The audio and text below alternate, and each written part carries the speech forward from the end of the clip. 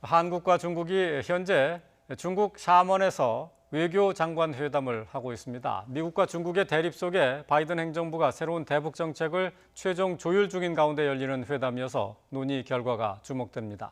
중국 베이징 연결해서 자세히 알아봅니다. 강성웅 특파원. 네, 베이징입니다. 네, 회담이 계속 진행되고 있지요? 네, 그렇습니다. 우리 시각으로 낮 12시 반쯤에 정의용 외교부 장관과 왕이 중국 외교부장이 만났고 회담은 지금도 계속되고 있습니다. 정의용 장관과 왕이 장관 모두 마스크를 썼는데 먼저 팔꿈치로 인사를 나눈 뒤에 이어서 악수도 했습니다. 오찬까지 포함된 오늘 회담에서는 무엇보다 북한 핵과 한반도 평화 문제가 주로 논의될 것으로 보입니다. 특히 바이든 행정부 출범 이후 처음 열리는 이번 한중 외교장관 회담에서 양국은 한반도 문제가 대화를 통해 정치적으로 해결돼야 한다는 입장을 재확인할 것으로 예상이 됩니다. 우리 정부는 특히 최근 북한이 대화를 거부하고 있는 상황에서 중국의 건설적인 역할을 타진할 것으로 전망이 됩니다. 중국 입장에서 보면 미국과의 전방위 대립 국면에서 우리나라와 전략적 협력을 강화하는 부분에 중점을 둘 것으로 관측이 됩니다.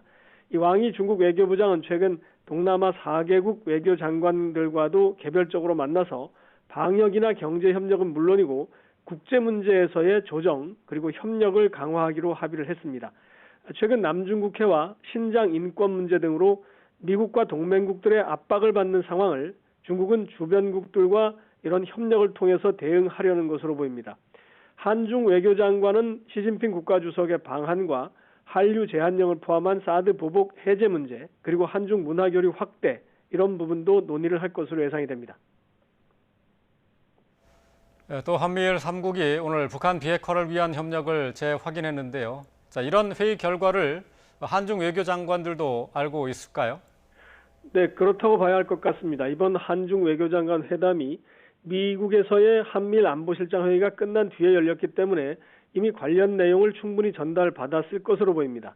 한미일 3국의 회담 결과 가운데 북한의 비핵화를 위한 협력 그리고 안보리 대북제재 결의안의 완전한 이행 필요성에 합의했다. 이런 두 가지 부분이 아주 주목이 됩니다.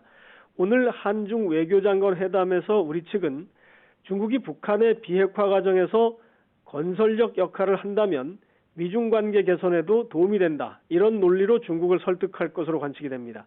한중 양국은 또 한미일 3국 안보실장이 합의한 이 안보리 대북제재의 완전한 이행에 대해서도 논의를 할 가능성이 있습니다. 중국은 안보리 상임이사국으로서 대북 제재 결의를 이행을 하겠지만 북한의 합리적 우려도 동시에 해결을 해줘야 한다. 이런 입장을 계속 내놨습니다.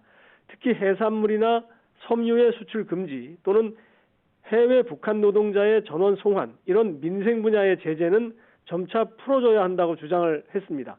이런 상황에서 한미일 3국이 대북 제재의 이행을 압박하고 나섬으로써 중국과의 입장 차이는 더 벌어지는 양상입니다. 특히 한미일 3국 안보실장은 인도태평양 지역을 포함한 안보 문제를 논의했고 또 공동의 안보 목표를 진전시키는 데 협력한다 이런 합의도 했습니다. 이 부분은 바로 남중국해와 타이완 문제와 직결돼 미국과 중국이 첨예하게 맞서는 쟁점이기 때문에 중국과도 협력을 추구하는 우리나라의 입장으로서는 입지가 더 좁아질 우려가 있습니다. 오늘 한중 외교장관 회담은 우리 시각으로 대략 오후 3시쯤이면 끝날 것으로 예상이 되는데 논의가 길어질 경우 더 늦어질 수도 있어서 좀 유동적입니다. 지금까지 베이징에서 YTN 강성웅입니다.